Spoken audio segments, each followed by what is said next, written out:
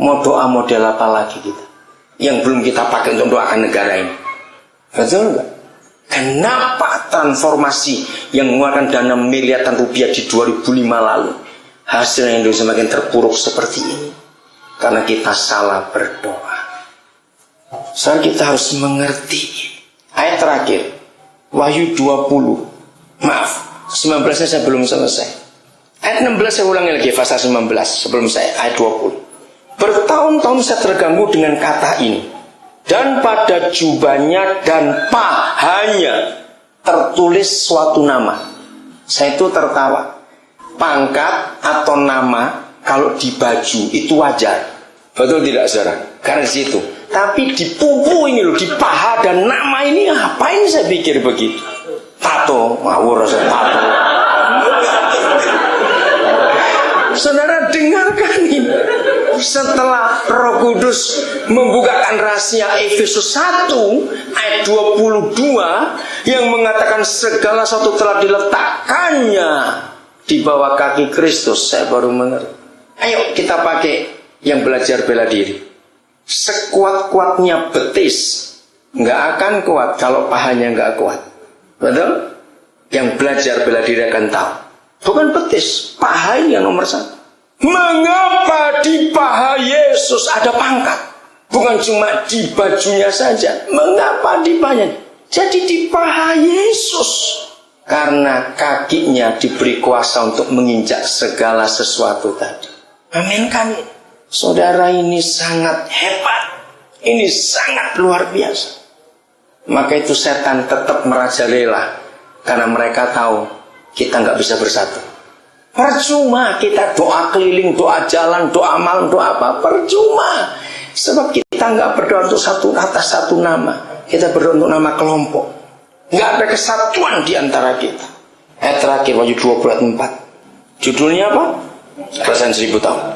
Ayat 4. Lalu aku melihat ada berapa takhta? Ada banyak.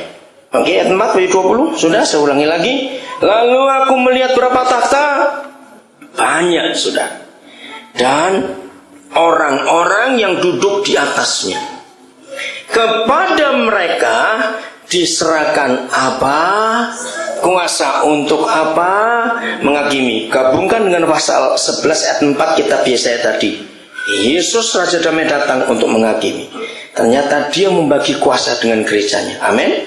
Aku juga melihat jiwa-jiwa mereka yang telah diapakan, dipenggal kepalanya karena kesaksian tentang Yesus dan karena firman Tuhan, yang tidak menyembah binatang itu dan patungnya, dan yang tidak juga menerima tandanya pada dahi dan tangan mereka. Dan mereka itu bagaimana? Hidup kembali. Dan bagaimana tugasnya? Memerintah sebagai apa? Jangan bilang sebagai lurah. Sebagai apa? Raja bersama-sama dengan Kristus untuk masa 1000 tahun. Juli 81 ayat 4 Wahyu 20 ini muncul, diwahyukan kepada saya.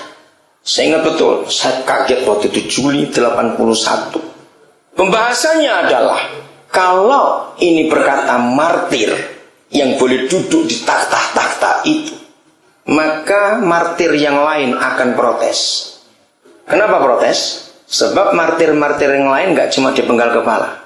Kalau kita baca sejarah Alkitab maupun sejarah gereja, ada yang digoreng, ada yang dikuliti, hidup-hidup, yang langsung mati kulitnya dilepas.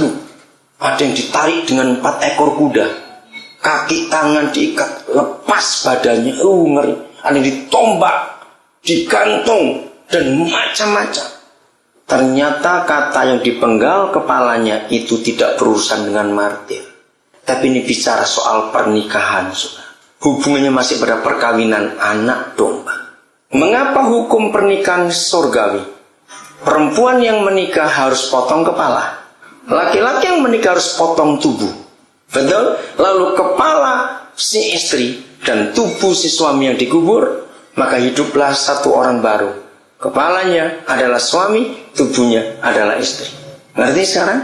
Jadi yang boleh duduk di takhta-takhta untuk memerintah bersama Yesus adalah orang-orang Kristen yang hanya memakai nama Yesus, bukan nama yang lain.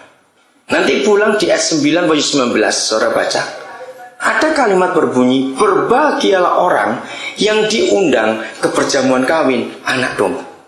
Bertahun-tahun saya cari rahasia itu. Kok ada yang diundang? Siapa yang diundang ini? Sampai suatu hari saya dapat pengertian. Kalau presiden negara kita mantu, lalu ada orang dari Malang diundang, bangga tidak?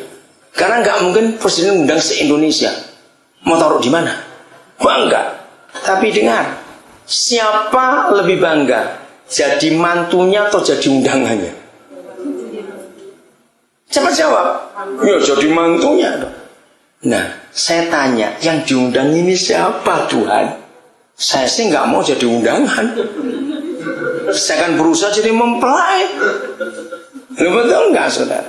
Nah, ketika Wahyu 20 ayat 4 diwahyukan, saya baru ngerti. Hanya ada satu syarat yang mau jadi mempelai. Memotong kepala tidak. Mungkin agak sulit mengerti. Begini gampang. Kalau punya anak perempuan, jangan sibuk cari nama. Yang perempuan jangan tersinggung. Kenapa? Sebagus-bagusnya nama anak perempuan, kalau sudah kawin, diambil suaminya. Lo betul nggak? Iya toh? Suatu kali saudara, ini peristiwa yang aduh saya nggak pernah lupa. Di satu gereja kami diundang, lalu sesuai kebaktian, biasa gembala minta kami berdua suami istri berdiri di depan pintu, semat pamit. Satu-satu, total ada seorang ibu-ibu gitu, nyalami istri saya itu sampai goyang-goyang dan manggil nama kecilnya, namanya yang Kyok. Kyok, aku Kyok. Saya tuh bingung. Terus dia ngeliatin saya. Maksudnya tanya, saya kenal enggak? Enggak juga. Siapa? Nah, karena dia sadar itu masih antri orang ini, setelah sambil ngelepas nyagentong, Kyoknya gentong gitu. Terus dia pergi. Baru sisa tertawa dia tahu. Dia lihat saya lagi, saya juga bingung. Nyagentong, nyonya gentong maksudnya. Nah, selesai itu baru dia ngomong-ngomong. Ternyata ini teman sekolah dan tetangganya waktu masih kecil dulu. Tapi kan sudah kawin lama, jadi berubah semua, dia gak kenal. Nah, terus saya tanya, lalu kenapa Nyagentong? Dia itu kawin dengan orang zaman dulu sebagai Bah. Ya, atau orang zaman dulu. Namanya Bah Gentong. Sebab dia itu jual tauco dan kecap. Punya gentong banyak untuk kedelainya itu. Nah, orang panggil itu Bah Gentong. Lalu kawin dengan seorang perempuan, habis namanya Nyagentong. Saya dapat ilustrasi bagus untuk ayat 4 ini. Dan waktu dia nyebutkan Nyagentong, Kyoknya gentong, itu bangga saudara. Salah nggak dia bangga?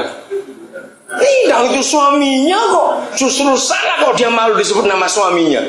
Maka itu saya pakai ilustrasi. Jadi secakap-cakapnya nama perempuan, Priscilla, Andrea, apalagi begitu. Begitu menikah dengan Joko Gundul. Nah, ini ilustrasi saja. Maka Andrea, Priscilla, Gorosia siapa habis Nyonya Gundul. Lu harus terima dong. Ngerti ilustrasi ini saudara? Karena dia harus potong kepala. Oke. Ini rahasia besar saudara. Maka itu ketika gereja bangga dengan nama organisasinya, kemana-mana menonjolkan organisasinya.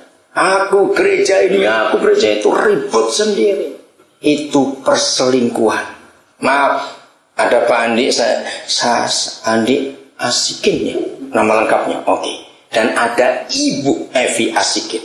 Bayangkan kalau Pak Andi masih hidup, tiba-tiba suatu hari, maaf, cuma nyebut, maaf jangan marah. Tiba-tiba suatu hari Ibu Evi bilang, saya Nyonya Yusak. Misalnya saya ambil contoh ini. Ini bukan cuma kurang ajar loh saudara. Ini perselingkuhan. Suaminya masih hidup. Mengapa kita nggak bangga disebut Nyonya Yesus? Mengapa kita bangga dengan nama gereja kita? Ini perselingkuhan. Nah, itulah yang akan jadi undangan. Karena nggak bisa menikah dengan mempelai laki-laki. Tahu rahasia ini? Ketika setan